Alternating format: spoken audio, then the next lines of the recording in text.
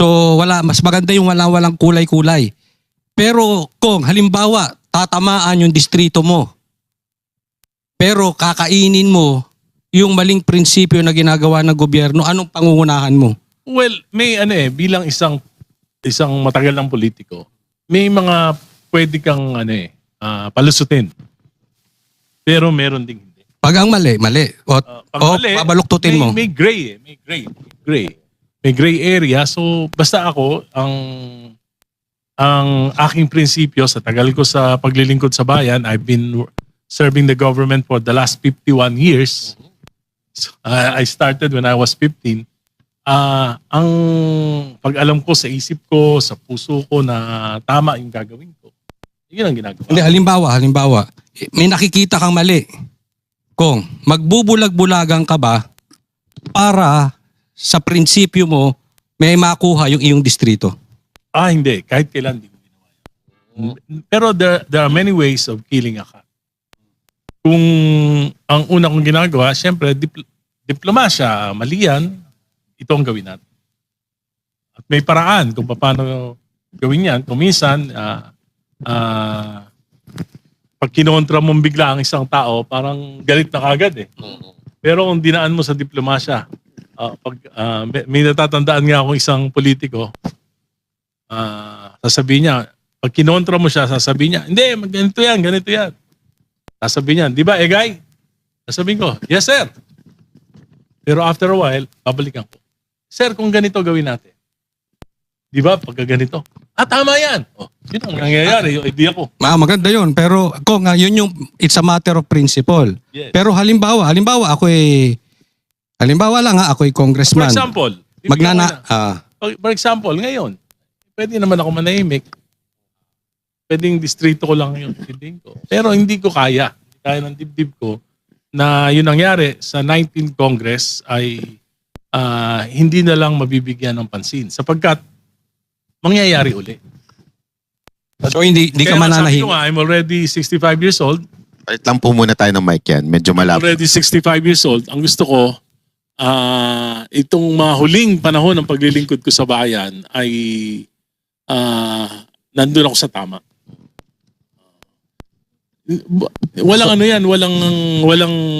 pero for example, bigyan ko rin during the time of President Duterte, ako yung unang nagsalita laban sa war on drugs. Yun ang prinsipyo ko eh. Tinanggalan ng pondo yung distrito ko for 1 year. Hindi ako humingi ng pabor. Hindi ako nakiusap. Prinsipyo ko yun. Bakit ako makikiusap? Pero maganda yung sinabi ni Kong na yun, ha?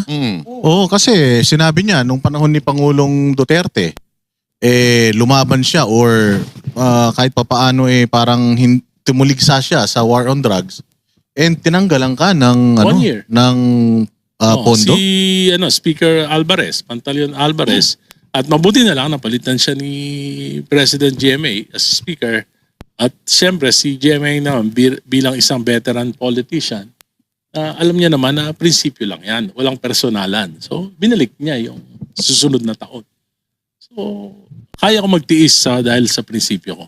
Ngayon po ba, nakaranas po ba kayo ng konting panggigipit?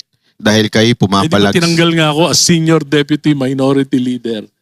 Dahil nga sa patuloy kong pagsasalita, pinipigilan ako. Pero sabi ko, hanggat nagsasabi ako ng katotohanan, ay hindi ako mapipigilan. Bilang isang senior deputy minority leader, para maintindihan ng mga kababayan natin, ano ba ang tungkulin yan, Congressman? Check and balance. To provide check and balance. Kaya nga, di ba, may mahalaga sa isang demokrasya na sa private corporation nga, nag-hire pa, babayaran mo, critic. Para lang tingnan kung may pagkakamali yung ginagawa ng isang kumpanya.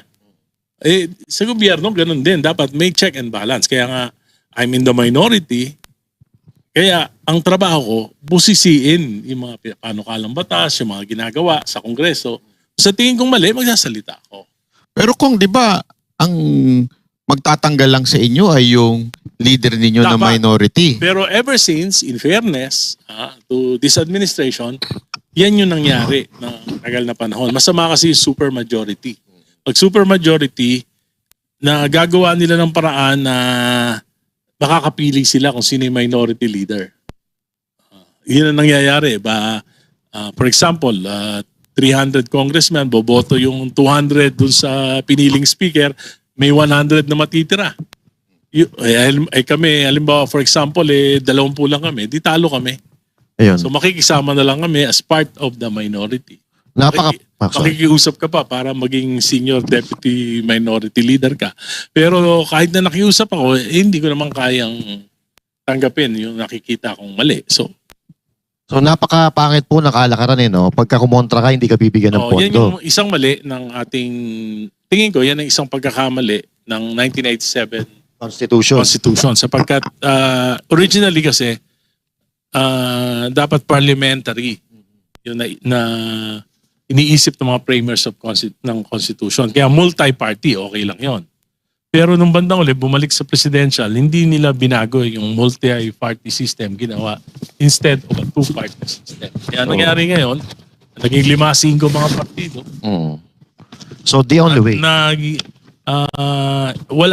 Hindi na nagiging kaparte ka ng partido dahil sa prinsipyo mo, paniniwala mo, ideolohiya mo, kundi kung sino yung magbibigay sa iyo ng advantage sa eleksyon.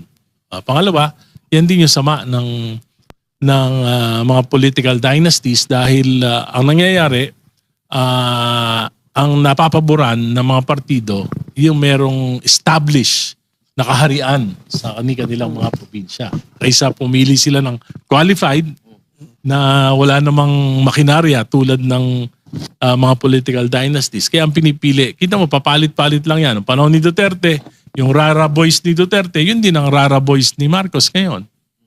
Yung mga tumutuligsa, nagper-persecute kay Pangulong Duterte ngayon, yun yung mga rara boys niya nung panahon niya. Na Lapit lang natin. yun yung nangyayari. So sinasabi mo kung na matatapos lang ito kasi ang pangit Kumbaga pag hindi mo kaalyado, kawawa naman yung distrito. A little bit unfair. So sinasabi mo na mawawala lang ito pag napalitan ng konstitusyon. Parang ganun. Hindi. Yan yung diferensya sa political system natin. Kasi yan yung advocacy ko Mas mahalaga sa akin yung political reforms. Kaya nga, ano ba yung mga panukalang batas ko? One, anti-political dynasty dapat ipatupad na. Di ba? Pangalawa, yung party and finance reform para sa eleksyon.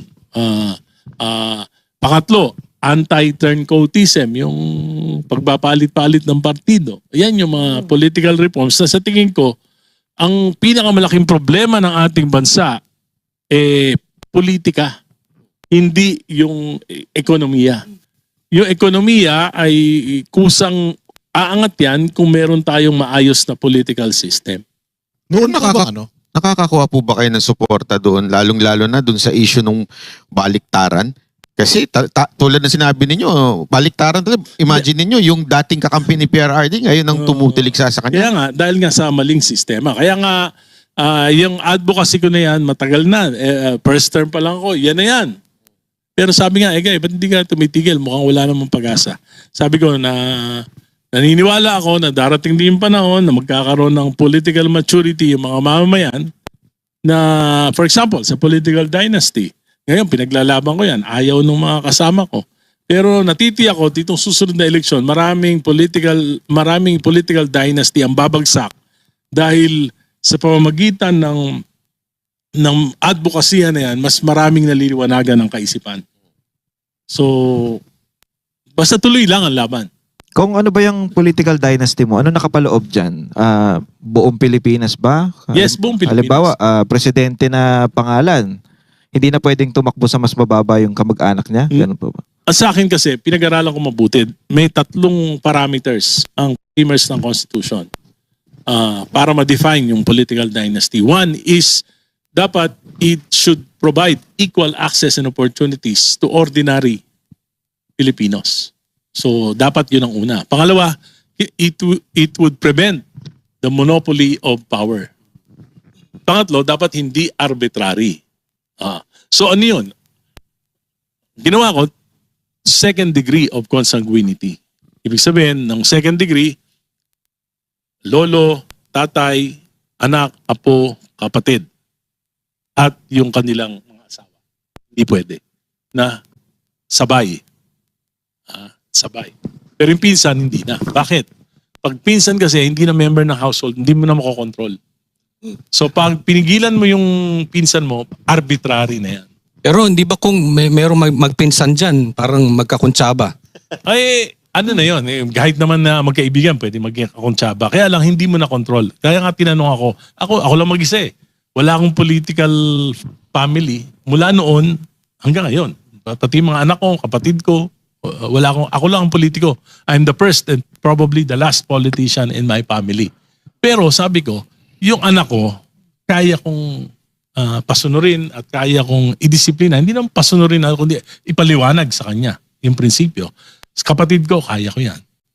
Asawa ko, tatay ko, apo ko, kaya ko yan. Pero pag pinsan ko, hindi na ako papansinin yan. Ikaw, nagpolitiko ka, pinakailaman ka ba namin? Bakit naman ako magpopolitiko? Hindi mo naman ako direct family. So, at ang pangalawa, kapag ginawa mo third, fourth degree of consanguinity, yung COMELEC magkakaproblema. Magiging genealogical tribunal. Bakit? Baga, hahanapin pa niya, magkakasuhan yan. Pag sinabi mo, halimbawa, magpinsan, sino yung qualified? May nagsabi, kung first come, first serve. Di ka ako, 1 linggo lang, nakapila na lahat yan, magpapatayan pa yan. So, hindi logical yung unenforceable yung third or fourth degree of consanguinity. Yung girlfriend, kasama ba yun sa asawa? Marami yan eh. Marami sila. Girlfriend. Talagang pagkausaping ha? Iba talaga si Coach. Pagka girlfriend, hindi legal yan. So, hindi ka rin legal. Hindi ka rin Pero, pwede. At ang ginawa ko para to accommodate, kasi ang aking prinsipyo, yung noong 2015, kauna-unahan na ipasa ko yan sa committee level. Ayun. Ang ginawa kong compromise, so sige, 1 national, 1 local. Ito kung na So pwedeng dalawa. At least iba yung constituency. So nakapasa yan sa nung 2015. Kaya lang, pagdating sa plenary debates na natalo na ako, na archive na. Anyway, so yan yung aking version ng political, anti-political. Pag na yan ipasa, mawawala yung path dynasties. Mawawala yung matataba. At least nabawasan. At hindi mababawasan yung concentration of power sa iilang pamilya dito sa ating bansa. Alright. So ito pong sinusulong nyo kung may pag-asa pa kaya na mabago ang political climate dito sa ating bansa? Ito sa sinusulong nyo po. Hindi, sa tingin ko ngayon, wala. Talagang ayaw pumayag eh. So, I am contemplating on filing a petition before the Supreme Court kasi meron namang definition na ang anti-political dynasty. Bakit? Kasi naipasa ko noong 2015 yung SK Reform Law. Na kung saan ito yung kauna-unahang batas sa Pilipinas na merong anti-political dynasty provision. Dinefine. Kaya yung mga SK chairman na tumatakbo, hindi pwedeng kapatid mo kagawad, hindi pwedeng tatay mo ay barangay captain o kaya konsyal yung kapatid mo o kaya yung tatay mo mayor, hindi na pwede yun sa SK. So may definition. Second degree of consanguinity, tapos so ang gusto kong mangyari, i-define ng Supreme Court on the basis of that law. Sabi nga nila, baka mahirap yan. Di baling mahirap. Sanay naman tayo sa hirap. O meron akong suggestion. Dati tanong ngayon suggestion. Suggestion na tayo Level up ka na. Nag-improve na tayo eh. Kung kanino na namin dito. Professional eh. Kung meron akong suggestion, diba mahirap kayong political kindness nila pinapasamo. Mahirap, di ba? What if simulan mo muna kaya sa local government unit? Mayor, gano'n. Para, kasi inakit mo sa congressman, mga congressman, aalma yan eh. Di ba? Hindi rin po pwede eh. Bakit? big Kasi or go yung, home. hindi rin po papayag kasi yung congressman, kapatid niya mayor eh. Tatay niya governor. Anak niya bukal. May access pa rin. Hindi sila papayag kasi So mahirap. Mahirap ba? Mahirap. Ito kung, kasi Minsan ka lang minsan ka lang mag-suggest, palpak ka eh. Buti na lang, Sabi hindi mo ka naging kanina, ano eh. Kong, Oo nga, hindi ko walang naisip pag-asa yun yung ngayon, sinusulong mo ngayon. Pag- Anong naghihinder para mawala ng pag-asa itong sinusulong mo? Well, darating yan ang panahon na sa tingin ko, sa nakita natin lalo na dito sa nangyari na flood control mess, na ang isa sa pinakamalaking dahilan ng korupsyon sa gobyerno kasi para i-maintain mo yung isang napakalaking political family, kailangan mo ng malaking pera. At saan mo kukunin yan? Dahil wala ng check and balance, madaling mananakaw yung pera ng bayan. At sinong naapektuhan? Yung mamamayan. Kaya dapat yung mga mamamayan, sabi ko, pag hindi nakapasa to, sa 2028, wag na kayong boboto ng pare-pareho ang apelido. Napakaganda nitong sinasabi ni Kong Erice. Pero speaking of Supreme Court, meron po kayong meron po kang oral argument ngayon. Yung petition kahapon ninyo, yan. kahapon, yung Last- petition nyo ni Congressman Leila de Lima Yeah. patungkol sa unprogrammed Unprogrammed appropriations. Pakipaliwanag Kasi nga po. itong 19th Congress, yung unprogrammed appropriations, matagal na yan. Pero nung nakaraan, insignificant, walang kumo-question. Bakit? Maliit lang. Pangalawa, karaniwan yan, ginagamit lang para dun sa foreign assisted projects. Dahil kalimbawa, may na-expect tayo na may mapipirmahan na tulong o utang para sa isang proyekto, pero hindi pa tapos, hindi pa pwedeng ilagay sa program appropriations. Inilalagay yan sa unprogram. Para naman, pag na-aprobahan na, merong appropriations cover. Kasi hindi ka pwedeng gumasta ng anumang salapi ng bayan kung walang appropriations cover na inaprobahan ng Kongreso. So okay lang yan, walang mapapansin. Kahit na sa under the 1987 Constitution, there is no such thing as unprogrammed appropriations. Ayun. Wala yan. Kaya lang, hindi pinapansin. Pero nung 19th Congress, nagamit sa korupsyon. Anong ginawa? Pinalaki. First time in the history of Philippine budget na yung unprogrammed appropriations nung 2023 ay umabot ng 700 billion. 2024, 800 billion.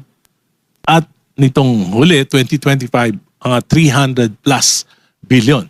Paano ginamit ito? May sinubmit na budget ang Pangulo. Pagkatapos, ginawa ng Kongreso, lalo na sa Bicameral Conference Committee, yung mga program, mga pinag-aralang proyekto, inalis. Inilagay sa unprogram.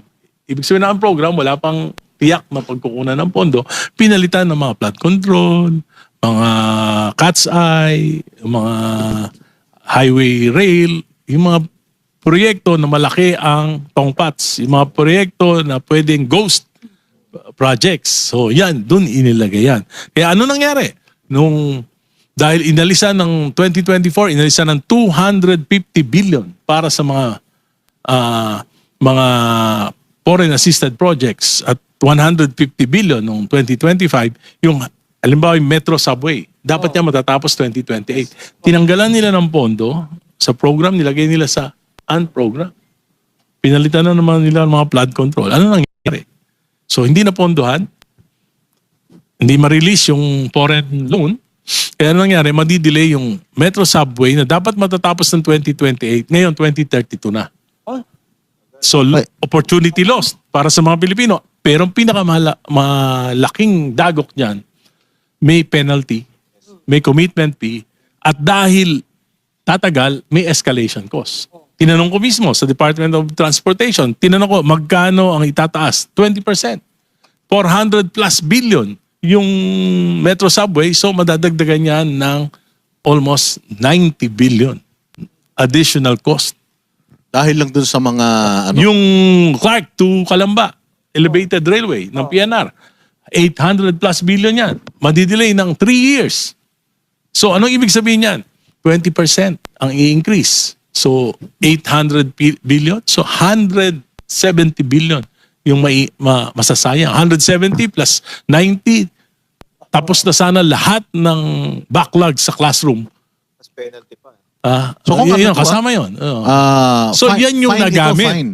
Kaya sabi ko, panahon na para ito ay questionin sa Supreme Court. At natutuwa naman ako, I'm very confident, sinabi naman na kahapon sa oral argument, sinabi ng isang maestrado na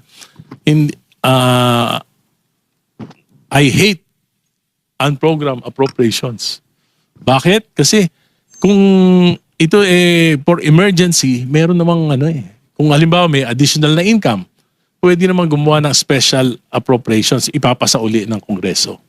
It will just take 2 months para maipasa yan. Pangalawa, meron namang contingency fund ang gobyerno, at least mga 13 billion a year yan kung may mga emergencies. Kung masasabi ba natin itong unprogrammed bills, ito yung bagong pork barrel? Well, pwedeng gawing pork barrel. At maraming maraming kalokohan na nangyari noong 19th Congress. Noong nakaraan, aaminin ko, nung mga nakaraang hindi naman, walang pumapansin dahil hindi naman, Yan. saka hindi kalaki, walang gumagawa ng kalokohan. Hindi nagagamit sa mali. Ngayon lang, 19th Congress, 2023, 2024, 2025. Pero so kung sinasabi ninyo, umakyat ito during the BICAM. Tama po? Merong small committee sa Congress. Oo. Tapos meron pang BICAM. 2 beses. So doon umakyat yung unprogrammed.